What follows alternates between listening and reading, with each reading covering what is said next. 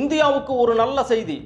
State of ஹார்முஸில் போர் நடந்தாலும் நடக்கலைனாலும், உலக வர்த்தகத்தில் பெட்ரோலியம் ரேட் அதிகமானாலும் கம்மியானாலும், இந்தியாவுக்கு இனி வரும் காலங்களில் எந்த ஒரு பெட்ரோல் தடையோ, எல்பிஜி தடையோ, எல்என்ஜி தடையோ இருக்காது அப்படிங்கிறது தான் இந்த ஒரு நல்ல செய்தி.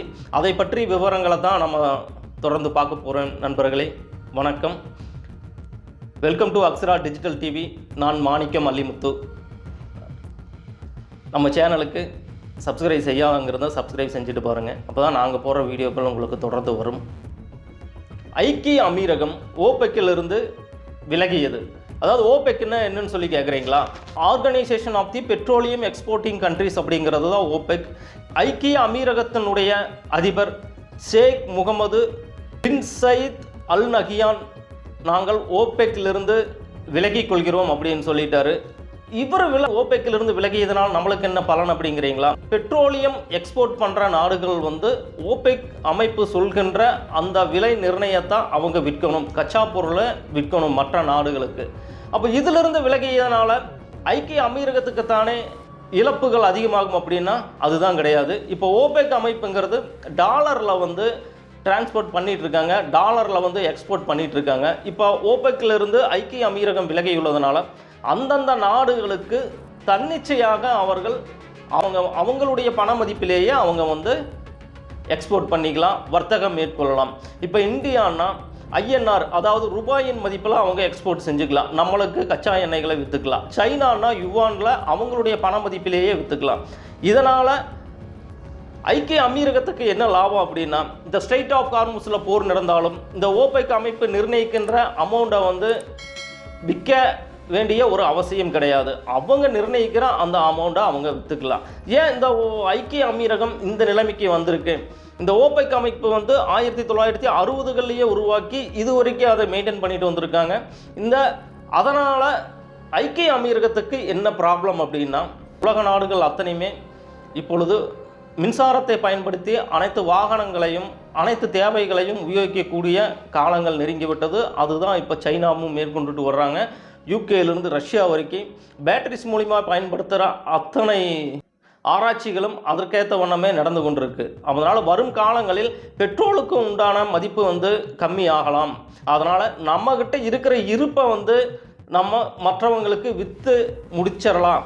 அதன் மூலிமா பெரும் லாபம் சம்பாதிக்கலாம். பெரும் லாபம் சம்பாதிக்கிறது மூலிமா தன்னுடைய நாட்டை வளர்ச்சி பாதைக்கு கொண்டு போகலாம். அந்த வளர்ச்சி பாதை என்பது எப்படி வரும்?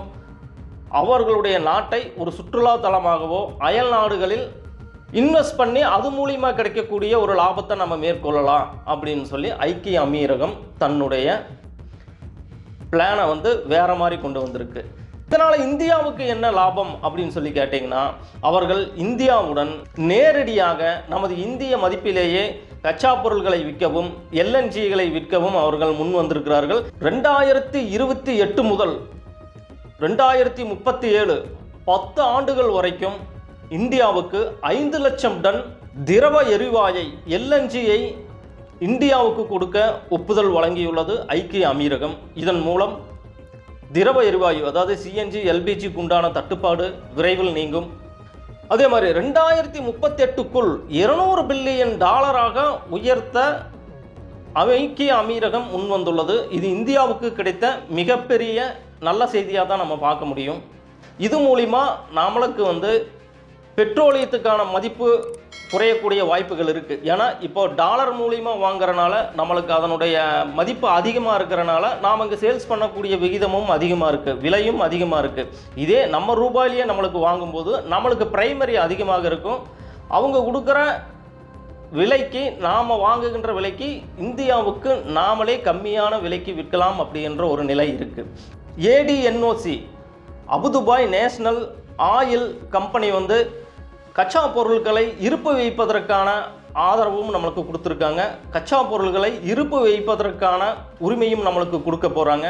அதன் மூலிமா என்ன ஆகும் அப்படின்னா, இந்தியாவில் உள்ள பெங்களூர் மற்றும் விசாகப்பட்டினத்தில் அதாவது கச்சா பொருள்களை சேமித்து வைப்பதற்கான கிடங்குகள் இருக்குது. அவர்களுடைய கச்சா பொருள்களை நாம் இங்கே க்ரூட் ஆயில், கச்சா பொருள் போன்றவற்றை நாம் இங்கு சேமித்து வைப்பதன் மூலியமாக வேறு எங்கும் விலை அதிகமானாலும் குறைந்தாலும் நம்மளுக்கு முன்னுரிமை வழங்கப்படும் அப்படின்னு சொல்லியிருக்காங்க. ஏன்னா நம்ம இடத்துல சேமித்து வைக்கிறதுனால நம்மளுக்கு பற்றாக்குறையும் நீங்கும், அதுபோல் விலையும் ஒரே நிலைத்தன்மையாக இருக்கும் அப்படின்னு சொல்லியிருக்காங்க. இதே சர்வதேச சந்தையில் போர் சூழல் ஏற்பட்டாலும் இங்கு நம்மளுக்கு இருப்பதினால் நம்மளுக்கு முன்னுரிமை அளிப்பாங்க. அதனால் நம்மளுக்கு விலை ஏற்றத்துக்கான எந்த ஒரு பாதிப்பும் இங்கு இருக்காது. National investment and infrastructure fund நம்மளுக்கு நம்ம நாட்டில் முதலீடு செய்ய போகிறாங்க. அந்த முதலீடு செய்வதன் மூலியமாக நம்ம நாட்டில் இருக்கின்ற கிடங்குகளையும் சரி, பெட்ரோலியம் வளர்க்கக்கூடிய ஆலைகளையும் சரி, தொழிற்சாலைகளையும் சரி நாம் மேலும் அதை புனரமைத்து கொள்ளலாம். மேலும் அதை சர்வதேச அளவில் நவீனமாக்கக்கூடிய அனைத்து வாய்ப்புகளுக்கும் நம்மளுக்கு இங்கே பணம் இருக்கும். அவர்கள் முதலீடு செய்வதனால் நம்மளுக்கு இங்கே பண மதிப்புங்கிறது இருக்கும், நம்மளுக்கு அந்த வசதிகள் இருக்கும். மேலும் இந்த நவீன ஆலைகளை நாம் மேம்படுத்தி கொள்ளலாம். ஐக்கிய அமீரகம் இன்னொரு விஷயத்தையும் நம்மளுக்கு தெளிவுபட சொல்லியிருக்காங்க. ஒருவேளை இந்த ஸ்ட்ரெய்ட் ஆஃப் ஹார்முஸில் இந்த ஈரானுக்கும் அமெரிக்காவுக்கும் இஸ்ரேலுக்கும் நடக்கின்ற போர் இன்னும் தொடர்ந்து கொண்டே இருந்தால் ஸ்ட்ரெய்ட் ஆஃப் ஹார்முஸ் வழியாக வரக்கூடிய அத்தனை டிரான்சாக்ஷன்களையும் அத்தனை வர்த்தகத்தையும் அவங்க ஃபுஜைரா துறைமுகத்தின் மூலியமாக நம்மளுக்கு அனைத்து வர்த்தகத்தையும் மேற்கொள்ள ரெடியாக இருக்காங்க. இதன் மூலிமா அங்கே நம்மளுக்கு டிரான்சாக்ஷன், அதாவது ஸ்ட்ரெய்ட் ஆஃப் ஹார்முஸில் நம்மளுக்கு போர் நடந்தாலும் நடக்கலாம் அப்படின்னாலும், மற்ற நாடுகளில் விலை ஏறினாலும் ஏறலினாலும் நமக்கான பெட்ரோலியம் மற்றும் எல்பிஜி எல்என்ஜி தொடர்பான எந்தவித தட்டுப்பாடும் இனி இருக்காது என்பதில் எந்தவித சந்தேகமும் நம்மளுக்கு இல்லை. இது ஒரு இந்தியாவுக்கு நல்ல விஷயம் தானே. ஐக்கிய அமீரகம் யாருக்கு நல்லது செஞ்சிருக்கோ இல்லையோ, இந்தியாவுக்கு ரொம்ப நல்லது செஞ்சிருக்கு அப்படின்னு சொல்லலாம். இதன் மூலியமாக நம்மளுக்கு 30% பயன்பாடானது அதிகரிக்கக்கூடும், 40% விலை கம்மியாக கூடும் அப்படின்னு சொல்லி நிபுணர்கள் சொல்லியிருக்காங்க. அக்ஷரா டிஜிட்டல் டிவியுடன் உலகை ஆராயுங்கள். புதிய அனுபவங்களுக்காக இப்போதே இணையுங்கள்.